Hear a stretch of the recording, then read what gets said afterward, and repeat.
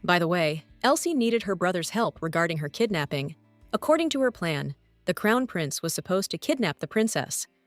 If he kidnapped her and locked her in a dungeon, then most likely the fourth squad of knights would keep an eye on her. There were a couple of interesting guys among them. Ryas didn't understand why his sister thought the prince would kidnap her, but the girl believed that if she were in his place, she would want to keep someone like her to herself. The boy grabbed his head. It was just his sister's assumption, but Elsie believed that His Highness needed to be pushed towards this. She was sure that he had thought about this method more than once. At this point, his only chance to imprison Elsie was to frame her for a crime, and then he would begin to gradually lure the princess to his side. First of all, there should always be a couple of people next to her. If you think about it, there was a commotion recently because the prince of the kingdom of Ashura locked up a commoner in a dungeon with whom he had an unrequited love. Elsie was sure that this story was already circulating around the castle and would soon reach the crown prince. The princess did all this on purpose because she wanted to check something. Rias had absolutely nothing to say to her sister about all this, but as he understood, the girl was not going to return with him to the duke's mansion. Lady Pruce thought it would be better this way. The brother believed that if her soul wanted to stay here, then he would not be able to stop her in any way. Elsie could not go with her brother because she did not want to leave her affairs to others. Initially, she was supposed to bring security and stability to the empire. That was her task, but now she was going to make things right. Rias didn't think all of this was that important, because if her sister wanted to return home, she would have returned. To be honest, she had planned it all this way from the start, accepting this separation as God's will. If this was someone's cunning plan, then whoever dared to touch peasantry, whoever displaced her and dishonored her in the eyes of the people, had to be punished. If Elsie returned to the Duke's mansion right now, she would be able to take a break from all this, and Rias promised to take care of everything. The girl should not forget that her father and mother were always behind her. If she wanted to take a break from all this, no one would say a word to her. But if she had already made her final decision, there was no point in dissuading the princess. Elsie had no plans to return to the Duke's mansion now. That was her final answer. Still, the girl thought about her brother's words about rest. After all, she had been running around like crazy all her life. She shouldn't have been in this position. She should have taken the most prestigious position in the empire. She just accepted the burden and never complained. The same thing happened when Lady Pruce began to conduct the affairs of the imperial family on behalf of the emperor and the ailing empress. She simply considered it her duty. The next step was for the girl to help the crown prince strengthen his position. At the same time, Alfredo tried to do everything for the sake of his status. Despite the fact that the victory was with the crown prince, he experienced a lot. Alfredo was able to avoid death only by renouncing the imperial family name. Since then, the boy went to war, while Elsie tried to help the life-weary crown prince. It was so hard for her, but she never thought about rest. Just think, since childhood the princess had been looking forward to the day when she could return home. For her it was a whole event that happened only once or twice a year. And now, no matter how much she thinks about it, she doesn't understand what kind of absurd ban on visiting her parents' house was, and why it didn't seem strange to her before. The princess's thoughts were interrupted when she received a letter. The letter sent to her contained the promised meeting, and the letter was from the high priest himself. A whole week had passed since their last meeting. Elsie thought that Azriel would make an appointment with her earlier. She was going to return the robe to him, but she was very sorry to part with its warmth. The girl even thought about buying this thing back. Having sealed the envelope, the princess asked the high priest to deliver it personally. Before they had even left Lady Pruce's office, the ladies of the court began to whisper that the rumors were true, and they were going to tell everyone about it. As Elsie thought, rumors are already circulating throughout the palace. However, no one yet even knows who the high priest is. By the way, the festival was already just around the corner. The celebration of the founding of the empire, one of the few important days in which the temple played an important role. Now the identity of the high priest was shrouded in mystery, but very soon, at such an important holiday, Azriel would have to reveal his identity. To be honest, the princess herself thought that she would only recognize this person at the festival itself. Azriel and the high priest. Elsie would never have thought that they were the same person. He was too young, and his character didn't quite fit. Now, there were people the princess had to worry about more than the head of the church. She remembered the prince. They separated on the day of the celebration. The girl thought that soon he would want to return everything. To be honest, The girl was a little worried that Asriel would come up with an excuse for his rude behavior that night. It was so quiet in the office that Elsie couldn't help but be happy. She loved silence madly. She wanted to send a letter to her parents now, but then she realized that she could be caught. The princess did not have a single reliable way to send a letter. Lady Prusse decided that if anything happened, her parents would find a way to contact her themselves. But for now, she should just enjoy the silence. Rias was also heading to an audience with His Majesty the Emperor, so he could relax now. The princess decided that now was the time to read a book, especially since she couldn't remember the last time she had spent time on herself. Elsie's silence was broken by the second Prince Alfredo knocking on the door. It turned out that the guy just wanted to see the girl. He just asked to be with her. She could not refuse him. Alfredo understood that the princess was going to read, since he caught her at the moment when she was looking for something suitable. His eyes lit up. The second prince loved to read.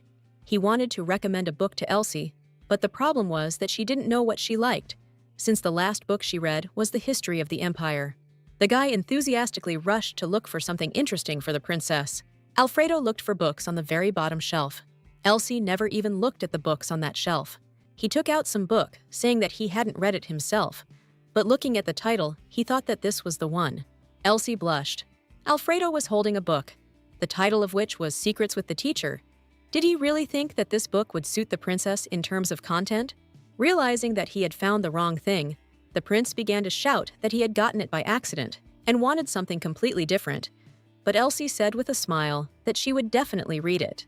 Alfredo tried to take the book away to replace it with another one. The book fell out of Elsie's hands and she stumbled. The second prince arrived in time, gently catching the girl. The guy apologized again, saying that he really wanted to get another book. Alfredo certainly looked happy and quickly changed the subject, asking if the princess was hurt. The girl was fine, but the prince took advantage of the opportunity to take the book so that Lady Prusse would not read it. Elsie heard someone rustling on her window, and when she opened the window, she saw a dove with a note on its paw. The rumors had already spread throughout the Duke's domains, but her father must have checked the veracity of the rumors. Her father had eyes everywhere and left. The rumors must have reached him quickly. Elsie didn't think the investigation had been successful, since it was the high priest himself who was involved. At the end of the letter, the girl discovered her mother's handwriting. The Duchess knew what her daughter's situation was, but she still asked for it, so that the princess could get a book that contained records of the corruption of aristocrats. The book was kept in the imperial library, which only members of the imperial family could enter. A book that describes in detail all the bribes, corruption, and how it was all covered up. Even the sins of the imperial family were in this book.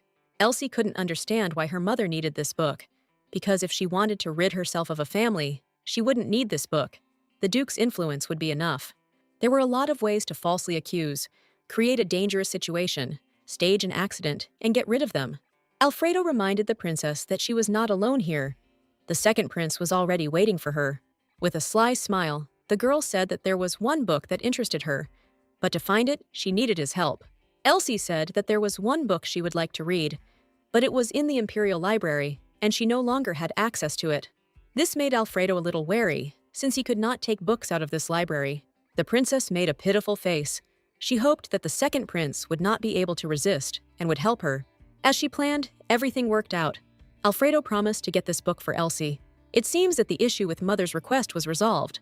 Finally, everyone is back. A whole week has passed since the banquet. Rias couldn't understand her sister.